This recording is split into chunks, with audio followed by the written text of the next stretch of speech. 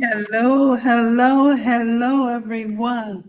Welcome to Generational Turnaround Podcast, where we seek the truth and then we bring you the proof. And we bring you the proof with our amazing guests, our guests who's tried and tested and they have solutions, not what they heard, but what they've been through. And tonight, you all know I've been counting down to the GT Summit. Well, we down to the last 2 days, not even a whole 2 days. And I have asked my event coordinator who, let me tell y'all, she is a speaker, but she stepped down to help me. So she's an event coordinator slash speaker and so much more. And then I have my speaker, my friend, Consuelo Swaylo Hall. And and look, she agreed to come on and hang out with me for an hour. So Sherri and Swaylo, as we so affectionately call her, and she's gonna tell you what that Swaylo stands for. So, Sherri, will you introduce yourself? Sure. Thank you for that, Miss Judy, event coordinator. I think I like the sound of that. But thank you. I'm Sherri Cook. I'm the chief creative visionary of Keon Works, which stands for Keeping Each Other Motivated Works. I believe that encouraging you encourages me, and I wanted you to bring the world the best of you and not what's left of you. So I'm a speaker and author, and I wear so many different hats. I even and I'm an actress. I did a little movie, Miss Judy, a few weeks ago, and a couple of days ago I was on the film set. So yes, I wear a lot of many hats, but my whole goal in Keon Works is to keep people encouraged through life, and that's through facilitation and through the book that I wrote. One day she woke up, trusting the process. So thank you for having me. What? Now that's one of my bucket lists that hadn't come true yet, but to act, to Yeah. be an actress. And Mm-hmm. y'all know God's not through with me yet. That's right. Okay, That's sway right. low, unmute. Yes, ma'am. Hello, everyone. My name is Consuelo, aka Swaylo. I used to be an electronics repair tech slash manufacturer, but life happened. Swaylo, situations will alter your life's outlook. So I became disabled, was trying to figure out what direction and which direction, my life was going, how God wanted me to live my life after the two car accidents, and created Swaylo on Clubhouse, and been doing that for a little bit over 2 years now, which is self-care, self-love, take your life back, because again, situations will alter your life's outlook. We were taught one thing, but when life happens, it's like, whoa, wait a minute, that's not working for me. Now I have to deprogram, reprogram, figure out what works for me before I lose my mind and figure out that life isn't that hard. I just have to learn what works for me. So that's me. Life, just love, care, take your life back, get your life back. And it's okay not to be okay. So that's me, Swaylo. I want you to say what Swalo stands for one more time, because said it kind of fast, and I want everybody to hear. Yes, ma'am. Swaylo stands for situations will alter your life's outlook, because we were taught one thing, and then when life happens, we have to alter everything that we know, everything that we're used to, and figure out what works for us. And that's it in a nutshell. Most people who have not found a purpose or are going through all kind of situation, they need that that word right there. Situation will alter your life outlook. And if they don't have God, if they don't have that fulfillment, that no, even though nobody may not be here right this moment with me, God never leaves, never forsake me. Sherri, now I know I know that you have been through some situations and circumstances, and I'm not trying to get too personal, but everybody needs to know that everybody up here has been through and don't look like what they've been through. And so when we have generational turnaround, that's also what we mean. So, Sherri, can you give us a little bit? Yeah.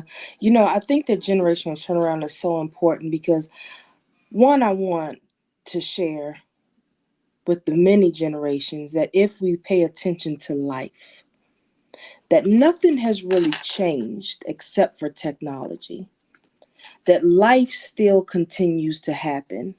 Um, Life just happens, tragedy happens, you know, calculated circumstances happen, things you weren't expecting to happen.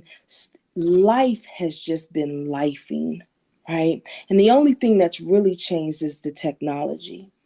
And so sometimes if we would learn to just listen to one another, really communicate well with one another instead of always trying to be at each other, that you don't know what I'm going through and you don't understand what I'm experiencing and you have no clue because you don't get it. You're right. There may be some things when it comes to technology that I may not always be able to grasp as fast as maybe the younger generation. But what I can tell you that is nothing, that what has not changed is anxieties, depressions, right? Thoughts of who am I? What am I here for? What am I doing? Why did this have to happen to me? What in the world did I do to this happen to me? Right? Diagnoses, health diagnosis, 35 and being diagnosed with asthma. You know what I mean? 16 years old and being jumped by three men, and I had no clue that it was what I was walking myself into. Wrong place, wrong time, right? So you just never know. Nothing's really changed except for technology, right? And so we have to be very careful about how we communicate with each other in the different generations. And that's really what I love about this conversation, so that we can also get to our younger generation and say, I'm not here to tell you what to do. I'm just here to express and share with you some of the experiences and things that have happened to me, and I've survived. I think that's why we survive, right? Because God wants us to be able to share our experiences, what we learned, so that someone else won't have to experience it, you know? And if we could get to that point to really just communicating and want to hear the wisdom of others, I can learn from you just like you can learn from me, you know? And so that's why it's important to me to just be involved. But yeah, life has always been happening for me, you know? And even at 40, what am I, 49 now? Okay, I got to remember that. But yeah, even in my 40s, to get into a relationship that ended up being a situationship where I had to leave my home, right? And everything in it to reestablish my life all over again. So see, life sometimes just be lifing, right? And we just have to pick up the pieces and continue to move forward. And like the saying says, y'all, what doesn't kill you makes you stronger. I know it sounds so cliche, but it's so true, you know? So, yeah. Can you, Miss Judy? Thank y'all. I'm back. Just this morning, God was telling me to talk about your speech, the words that you say. And as more people are saying what does not benefit them, and they speaking that word to others in their home, outside their home, friends, people that they don't even know. Now, life and death are in the power of the tongue. And we want to speak powerful, powerful words to our loved ones, especially so that they will continue to believe. So I'm going to talk to Swaylo about this self-care. Yeah, self-love. Yes, ma'am. It's very important.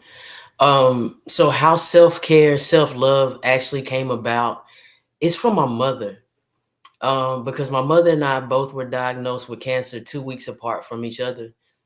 And they gave her 3 months, they gave me 2 years. And in 3 months, exactly 3 months, I was making funeral arrangements for my mother. And it's because she gave up on life. And when I started looking back, because it's been almost 13 years now since I've been without her. But when I started looking back at her life and I was going through her medication, I was like, I knew she was depressed, but I didn't know she was severely depressed as she was. Looking back at her life, understanding how my grandmother controlled my mother's life to misery, to where she couldn't be happy herself. And she pretended to be happy, but she didn't know how to be happy. And when I realized what happened to my family, because I was always told that my family was dysfunctional.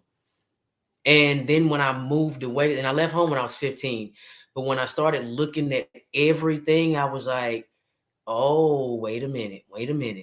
It's because, and I listened to my mother when she said, when I started having children, my life stopped. And I was like, why did your life stop? Because you started having children. And she only had two of us, and I'm the youngest. So she was like, I couldn't do anything but go to work, come home, take care of y'all. Go to work, come home, and take care of y'all. And I was like, that's not living. That's not a life. So I was like, well, couldn't you juggle how to, do some, take care of you and take care of us? And she was like, no, it's not possible. And when I looked at it, it's because she wasn't given the right tools to learn how to love herself and love us. So that's where the self-care awareness came about because I watched my mother. And like I said, this is the strongest woman I've seen. She took care of two daughters by herself, well, with the help of God and my grandmother, of course. But no matter what the weather was like, she went to work. No matter how sick she was, she went to work with double pneumonia in both of her lungs, had a car accident, and she was still slumped over going to work. And that's why I was like, how could you give up? How could you give up so easily? And I get it, because when you don't have the moral support from your family that you should, because everybody's always has their hand out, gimme, gimme, gimme, gimme. But it's like, help, I'm drowning in my own misery. I don't know where to go. I don't know what to do. And every time I turned around, my grandmother was talking about my mother. You're drinking, you're doing this, then I'm like, but wait a minute, you used to be an alcoholic. This whole family is nothing but a bunch of drunks, and because you are sober now, you're bashing and badgering my mother. So self-care awareness, just be aware of who you are. Be aware what makes you happy. Be aware that without God, who cares what other people think? Because other people's opinion, that's just what that is. It's not gonna keep us from anything. But I do know this. The one thing that I can say that other people's opinion can do, it can drive us to a deep depression, which causes anxiety and everything else. And that's not why God put us on this earth. He didn't put us on this earth to walk around and self-doubt and be depressed all of the time just because other people don't think highly of themselves or they don't know what they are capable of doing. Love yourself enough. And that's where the self-care awareness comes from, because my mother and again, I left home when I was 15. And I always told my mother from the age, I think I was 6, 7 years old, because I had to start driving when I was 8. But I remember at the age of 7 for sure, telling my mother, stop saying I can't. You always say I can't, but you can. You can, you can, you can. And she would always say, no, I can't, I can't. But the reason why she was saying I can't is because that's what her mother told her. Regardless of what the Bible said, and regardless of what the preacher said in church, you can do all things through Christ. When she got home, mama said, no, you can't do this because I brought you in this world and I'll take you out. Do as I say, not as I do. So that's where the self-love, the self-awareness, and taking your life back came from. Well, how do you, when you talk about generational turnaround, right now, that's to me what you were talking about. Generational turnaround from your grandmother to your mother, then you. And I know, now everybody doesn't know this about you, Swaylo, that you're out there in those streets and I don't want to use the word picking up, but you're available to people you don't even know, people that a lot of people wouldn't think, with no way would they have anything to do with, out of fear. But you're out there turning around generations, and you do have a daughter. Can you tell us about her? Well, my niece. You talking about my niece? But no, actually, my son. That's my son you're talking about. My son is 33. So yes. Okay, so turning the generation around is that's what I do intentionally. I get up and I go out and I look for people. I really do. I look for people that have their head down, or look for people that if they see me, it's like, well, it's something in you, and I'm like, oh, okay, well, here we go. And that's just something to, start the conversation. And that's on my good days or bad days. But my son, okay, so my son, he's, oh my God, he's something else. He's a character. He's 33. And wow, that young man he came to my life. Well, hold on, let me back up. He was taken away from me at the age of 8. It was some things going on, but he was taken away from me, and I still went behind everyone's back to spend time with him because I knew of his situation. I'm the village parent. I do all of those things for all of the kids, especially when I see the dysfunction, because I come from a dysfunctional family. Well, at the age when he turned 18, 19, he called and he was saying thank you, for doing the things that I did, spending time with him and everything. And he told everyone finally, she was still coming around, and they got a little upset saying, I can't believe you were going behind my back. You were, still coming to see him. But the respect that he has for me made me understand how serious and how critical and crucial being in a child's life. And even though I was a child myself and I know how I felt, but when a child comes to you and tell you thank you because everyone else, they did this or they did that, and you were the only one that, you showed me certain things that other people didn't show me. Now that's a wonderful thing. That is a wonderful thing. We talk, we bump heads. And even when he comes to me and he says, you know what, I'm a man, I'm doing this and I'm doing that, I'm like, you know what, son, I love you. And what I'm going to do right now, I'm going to give you right back to God, and I'm going to pray for you. And when you get ready, you just know my phone number's been the same for well over 20 years. You can always call me. You will always have this phone number. And even if you need somewhere to stay, you can always come here to stay. But I'm going to tell you, when I needed any of those kids that I helped raise, none of them were there for me. And I'm okay with that. The reason why I'm okay with that is because people come to you for a reason. When they come to you, that means they're not as strong as you. So I can't expect for people that I help, I can't expect for me to go to them because they came to me. So what I have to do is find a team that's a little bit stronger than me, the team that's going to say, hey, let me pull you out of this. And that's what I'm teaching my son as well. So, but yeah, he's a character. He's a grown man. He takes care of his own kids. He has multiple baby mamas, but he has custody of some of his own. And his thing is, I'm gonna take care of mine because I don't want anyone else. Now, I can't say this. At one point, he called and he was talking about committing suicide. He was, and I told him, I said, son, we're gonna talk about this. I said, because I know how you are and I know who you are. And I know this is going to be played for everyone, and I want everybody to listen to what I'm about to say, because if someone commits suicide and they are a parent, just remember, and this is what I told my son, you will not be there to protect your kids if something or when something happens, because you will no longer be here and someone else will have that hand on your child, whether it's good, bad, or whether you like it or not. You have no more say in it because you decided you didn't want the responsibility of being a parent anymore. So yeah, so right now I'm giving them back to God, letting him bump his head a little bit, and then every morning All I'm like, right. please, That's please. right. That's how it should be, That's Swallow. right. That's how it should be. Thank you so much for sharing with us.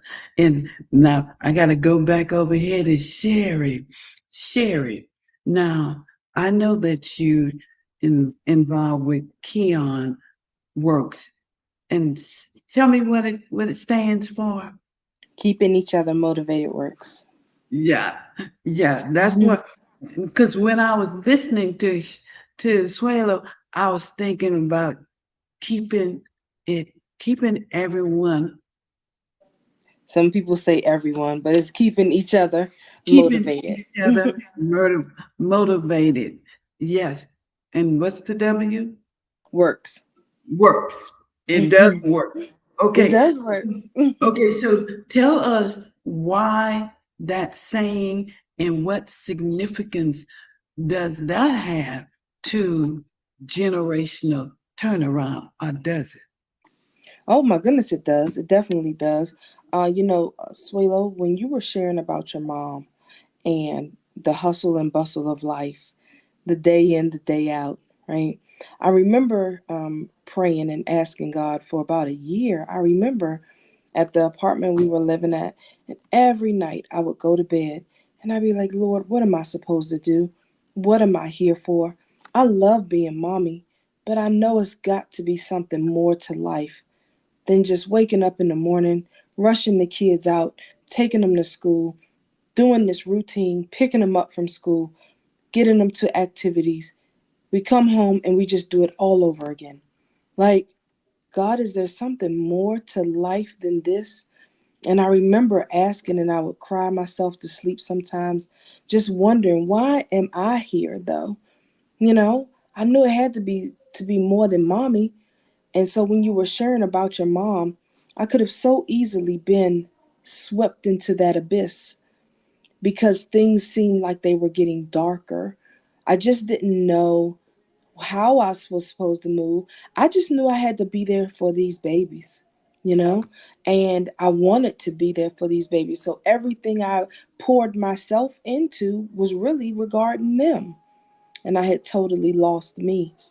And so keeping each other motivated comes from once I started to change my network, it began to change my mindset. And once my mindset began to change, I began to change my response. And that was in every area of my life. I call that the 3 C's. It's in my book. Um, and it's the 3 simple C's to life. And I realized that once I started doing that, I started seeing things a little bit differently. People like Swalo, what you were sharing, I had people around me that were kind of pouring into me just as much as I was kind of pouring into them, and it seemed like, okay, I get it. I think I understand now, and so I think that this fits in with generational turnaround because for so many years, my mom's generation were trying to make up for some of the experiences that their parents had to live through. Their parents had to live through a segregated, time, and many things were not an opportunities they didn't have. So then my mom came around and she wanted to kind of make up for that time, and make up for those things and opportunities that we didn't have. And we ended up being like a first of everything. Oh my goodness, you're about to do this, and it's the first time we've ever been able to do this, and it's the right. Our parents bought their homes so much younger than their parents because their parents weren't able to, right, or weren't able to do it until later in life because of redlining and all. I mean, just a whole bunch of stuff, right? And so I think that as the generations and the opportunities in life grow, like I said earlier, life still is the same. It's just happening differently. And if we would just really just communicate more, and maybe if mom had shared more of her hurts with me, maybe she wouldn't have been so worried about everything, so stressed about everything, and sometimes I would be like you, Swayla. I'd be like, Mommy, why are you not happy? What's wrong? Why are you not happy? Like, why are you mad? You know what I mean? Not realizing that she had maybe seen way more than I had ever seen. She had probably experienced way more than what I had experienced, in life, and just never had that opportunity to talk to anybody or felt comfortable to talk to anybody, And so once I really changed my, network of people that I was around, and I started to really understand life and what it really meant and what God really has us here for. Everybody has a purpose. You mean me? I thought I was supposed to just be here to take care of these twins and these kids like my mom took care of me, and made a way for me, not realizing that she was, minimizing her dreams because she was just trying to take care of me, and her parents were trying to take care of them through the struggle, and they took care. So you see how it just continues to repeat itself. And but I'm supposed to just take care of my children and make it happen, not realizing that we're here for a purpose. And everybody has it. Mine just didn't happen to be baking. I don't like to bake. There's some people that are amazing bakers, right? And they make wonderful cakes, and they make these elaborate, beautiful cakes. That is not my calling, okay? So everybody has a purpose. And when you tap into that purpose, right, by making sure that you're surrounded by a network of people that can really pour into you, you begin to see life differently. Like, I get it. I get it. So that's how I think that it Let helps. me let me stop you on that. I'm gonna ask you Mm-hmm. something. Okay, so we've got these young people, Mm-hmm. and they are feeling like having content and technology and all of this is truly their purpose. They believe that you can't tell them that this is not going to always be, and they are not going to always be able to put the content on podcasts or lives, and they're making big money doing this right now, right now. But I don't think they're thinking about purpose Mm-hmm. and what they are supposed to, by God, develop. And Yeah. so what do we do to not change their minds on that, but encourage them to think a little more on who they are and why they're here. This is the best question ever. It really is. This because I think this is a parent's regular struggle with these children nowadays with the technology and content. Sarah Jakes Roberts did an amazing sermon on just this past Sunday, and it was titled Content to Context, something like that, Content to Context. And she was talking about the content. When you view the content for like 2 minutes of a reel or 30 seconds of a reel, you're really not getting all of the context within that content, because the content won't even give you enough time to see what's really happening in people's lives. So you keep posting the facade of a content, Mm-hmm. right? Make it look real good, make it sound real good. Like, I'm good, everything is amazing. We're going to be winning. We're out here, we're winning. You see us, we're doing this. And you, right? But you don't even realize that behind the scenes and all of that context that you're missing and not seeing in people's lives, the Kardashians, you're not seeing when they're having their moments of arguments and disagreements, and divorce happens, and life just keeps on happening, and they keep on having babies, and babies just see, you don't see the behind the scenes of the unhappy when people are totally not happy with their life, and they're not happy with just how things are going on in their life. But the content will have you confused, that because you don't understand the context of their life. And don't forget, they can Yeah. have a green screen just like we have. You can, and listen, before we came on, Miss Judy, and like this, before we came on, I had my camera off, right?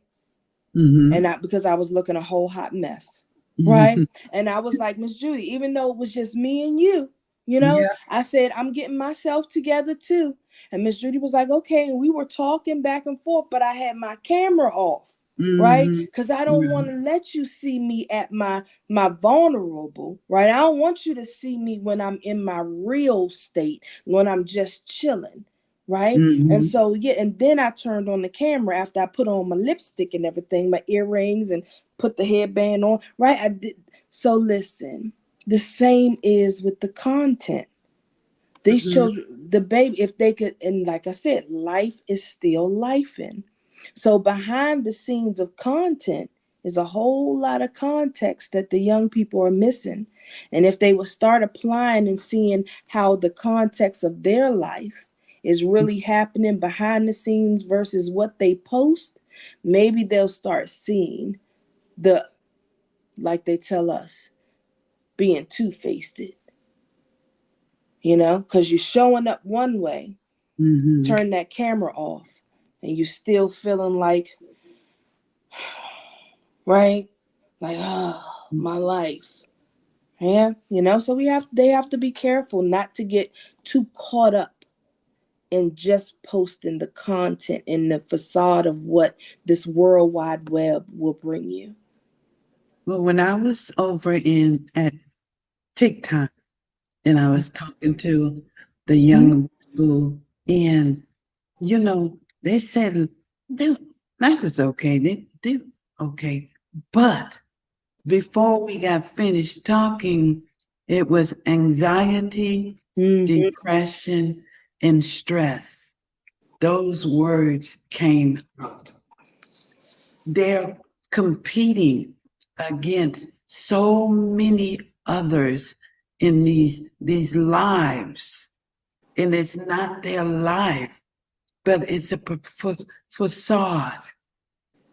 But you got to keep up the facade if you're going to stay in the game. And so we have to like get them to know that they are enough. They don't have to be that. And you That's know what else?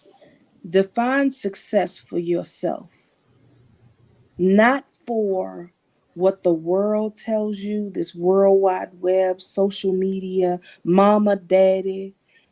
Define success for you because it's going mm-hmm. to look different for everybody. You know, Yes. it's going to look Yes. different. Well, let's want to get in on this, Swalo. Oh, yes. Well, Yes, ma'am. When I was growing up, they used to ask all the time, "What is your purpose? Do you know your purpose? Do you understand what your purpose is?" Because nobody's just brought into this world for no reason. Um, Again, I don't have my own biological children, but all of the kids that I have helped raise, I've asked that question, "What is your purpose?" And then it's like, "What are you talking about?" So now here I am trying to help these children understand that they do have a purpose, and it's not just to for the boys, it's not just to walk around, sell dope, make babies and whatever. And it's not for the girls not to just lay on their back, pop out babies and go shopping every weekend. That's not what it is. But the lesson of why we were created has been forgotten. Um, I want to say the people around my generation, that between 1970 and whatever, but like I said, all of those children that I've dealt with, they don't understand. It's like, why do you keep asking me what's my purpose? And I'm like, but okay, so you have talents. We all have talents. So God gave you a talent. So what's your talent? What are you gonna do with it? Oh, well, I can't do this because my mama said this or my grandmother said that. And that's where a lot of that, the lack of, is like, I mean, because y'all, I know people that have voices that can sing, but because it was quote unquote worldly songs that they wanted to sing, the family says, "Oh no, you can't do that. God's not going to bless you. You have to stop." So it's just asking the children, communicating with them about understanding what their purpose is, about teaching them.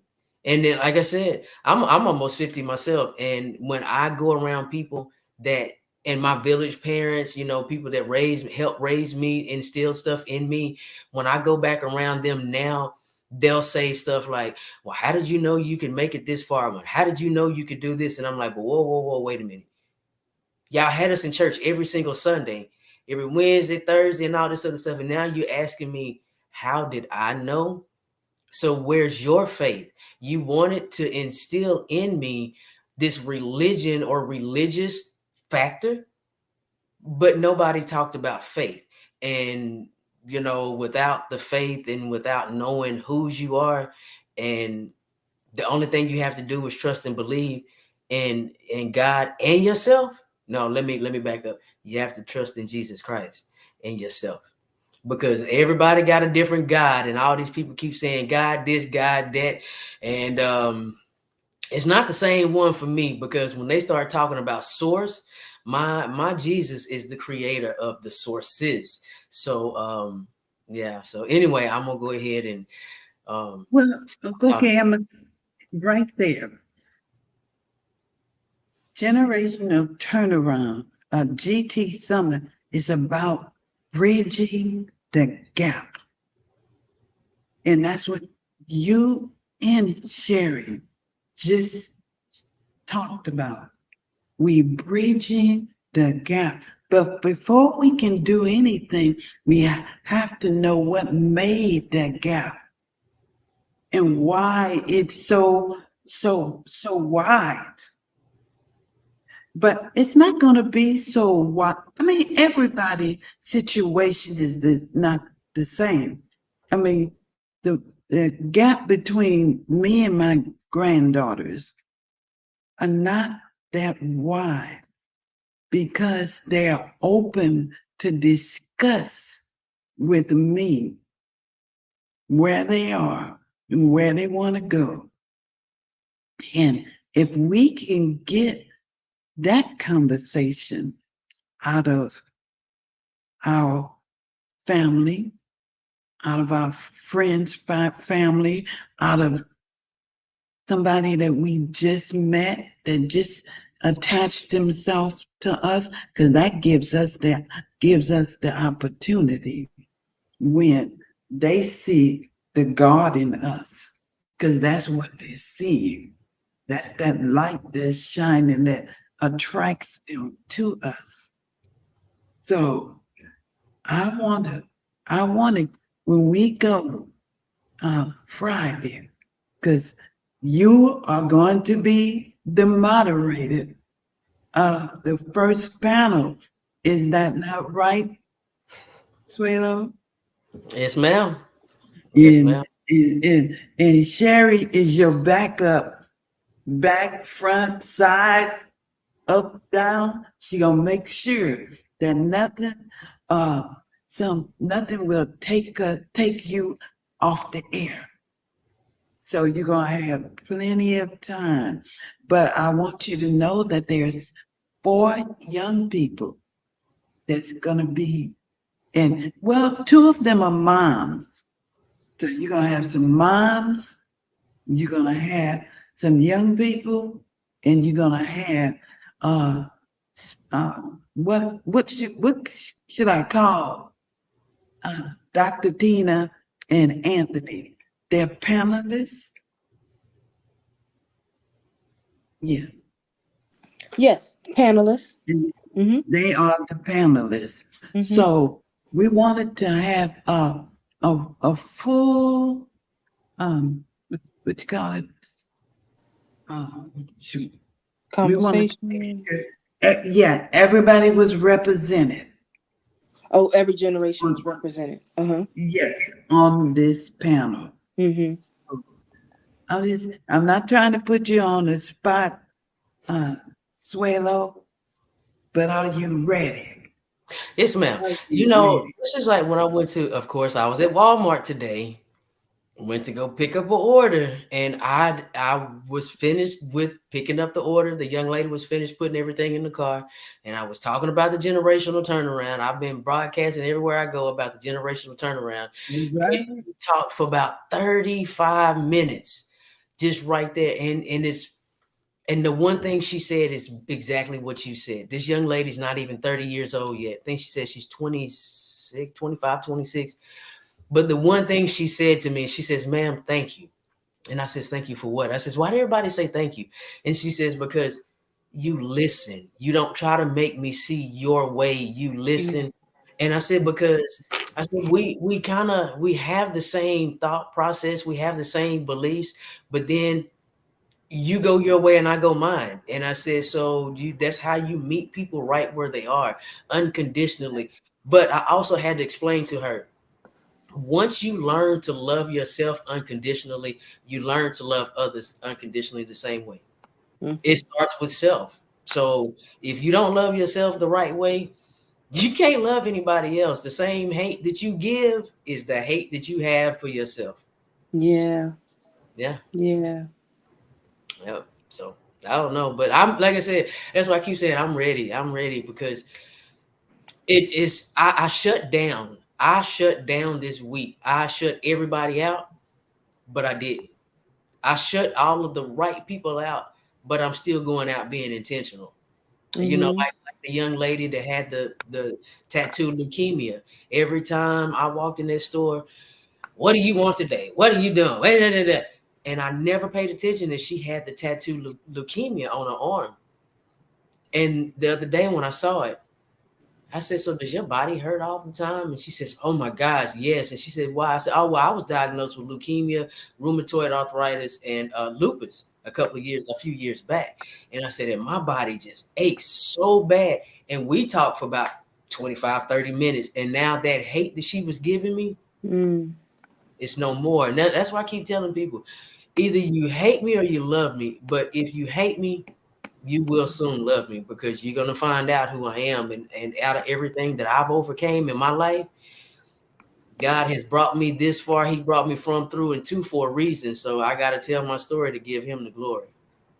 You see how simple life is? Yeah. You see how very simple life is that when you take down the barriers and take down the walls and just open our mouths and communicate. And When we she, just communicate and have a conversation, you literally were able to break down that barrier, right? and And now have a relatable conversation. I love it. what But the about thing, what about the fact that now she saw you? Yeah. She saw you as someone who could relate to what she was going through. and I Be- also gave her my attorney's phone number to help her with some stuff as well. Just like I told her, I said, I have a lot of resources that can help you. But that's what I was telling her because she kept saying, I can't, I can't, I can't. And Miss Judy, you was talking about that. That's why our conversation was so long because I was like, young lady, the reason why your life is so hard, I said, because you keep speaking your own negativity into your own life. You keep speaking Yeah. your own pain into your own life. I said, if you want your life to be happy, if you want to be stress free and peaceful, speak it. Speak it. You have to speak everything into existence. And she was like, well, I don't know. And of course, I had to show her this right here. Walk by faith, live by love. And she was like, what? I said, no, when you walk by faith and you live by love, you give that love. I said, your body won't hurt. And I said, I'm speaking from my own experience because I was in a wheelchair. I could not walk. I walk every single day now. So I just told her what worked for me. And she was like, well, I don't know people. Some people, they don't like when I talk about God. And I said, well, you got to stop being ashamed of who you Mm, from through stuff because as long as we mm, have that shame and we don't want to tell our story, he's going to keep us like, oh, you don't want to tell people about me. Okay, let me sit you down for mm, a little bit until you understand. And again, my own story, I had to start telling my story for God to get the glory. Because when I went back to work, try to go back to work, was it last year before last, for about 2-3 months, God said, you still mhm, trying to do it your way. I didn't tell you to go back to work. I told you to tell people what I've done for you. mhm, So ended up back in the wheelchair using a cane, I think for about a month and a half, 2.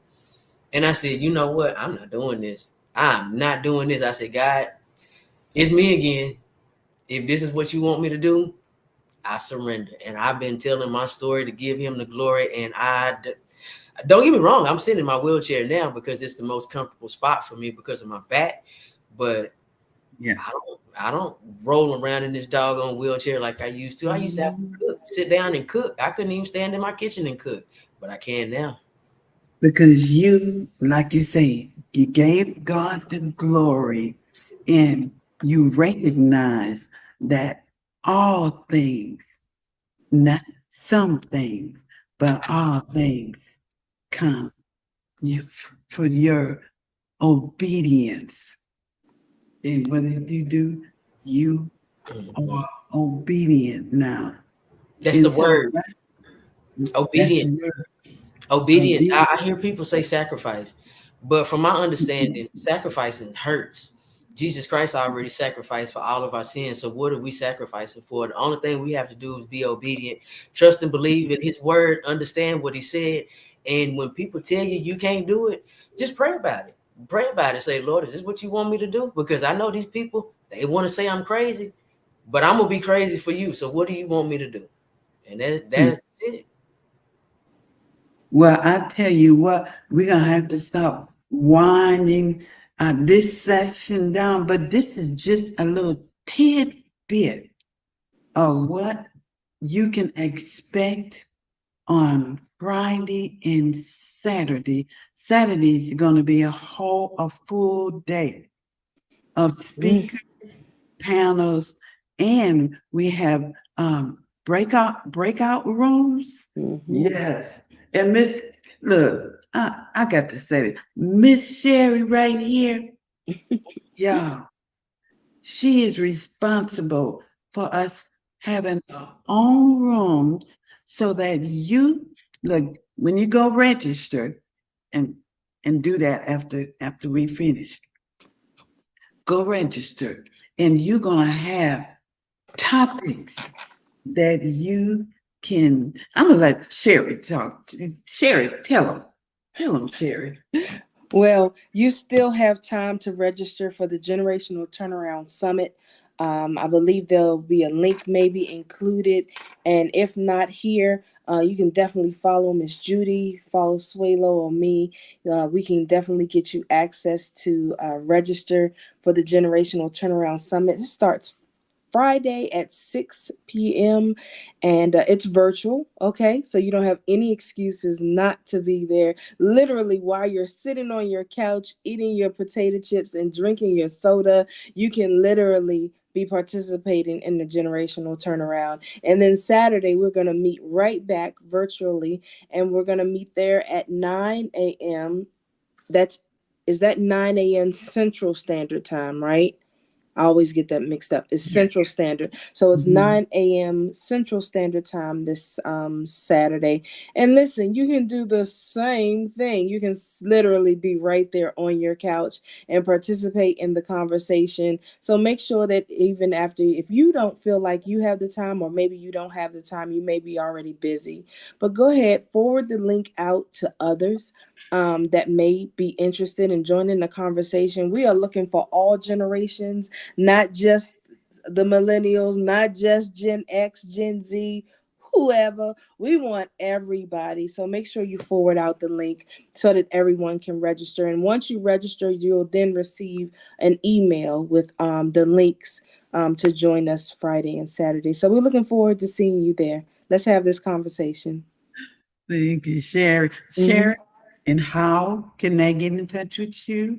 Oh, okay. It's So you can always find me. It's Sherri M. Cook with my middle name. But did you know there are a lot of Sherri Cooks out there? That's crazy. But yeah, I'm always Sherri M. Cook. And anytime that you put in the hashtag KEOM Works, which stands for Keeping Each Other Motivated Works, I literally will come up every platform, anything that I'm involved in, you'll see it. The hashtag is very unique to me. So yeah, definitely put in KEOM Works and you'll see and you can get in touch with me that way. Thank you, Miss Judy. Swalo. Yes, ma'am. I want to thank you for this, for everything. Well, right now, the only way that you get in touch with me is on Clubhouse. Clubhouse. I have two houses on Clubhouse, which is Swaylo, and it's spelled S period W period A period Y period L period L period O, which in that acronym is situations will also your life's outlook. And then I also have a self awareness house on Clubhouse. And then of course you can find me on Instagram. And I'm gonna get this. I have to do something with this YouTube because I am starting my YouTube channel that will be up and running in the near future. So that's where you can find me. Not on Facebook. I'm telling people because people are going to Facebook looking for me. Those are my personal pictures that have been, that's my first Facebook account. And so, sorry, but not sorry. I will not accept people on Facebook. So, Instagram, Clubhouse, YouTube, but please not Facebook. Right. Now, I won't come Facebook looking for you, that's for sure. I want to thank everybody. I want to thank my extraordinary guest Mhm. for saying yes to tonight, and for saying yes to the GT Summit. And we will be looking for all of you. And like I say, no matter if it's not Sherri, is Swalo or me that says something that you resonate, come come on. There's 14 others, Mhm. okay? And they're all across the board Mhm. talking about different topics, but they're all aimed at generational turnaround. So good night, good night, good night. See you Friday. Good night. Thanks. Good night. Good night. Good night. Thank you. Let me see if I can. Y'all know I always have trouble when it's time to go. I hate to go. This is awesome. You know how to you stop the recording.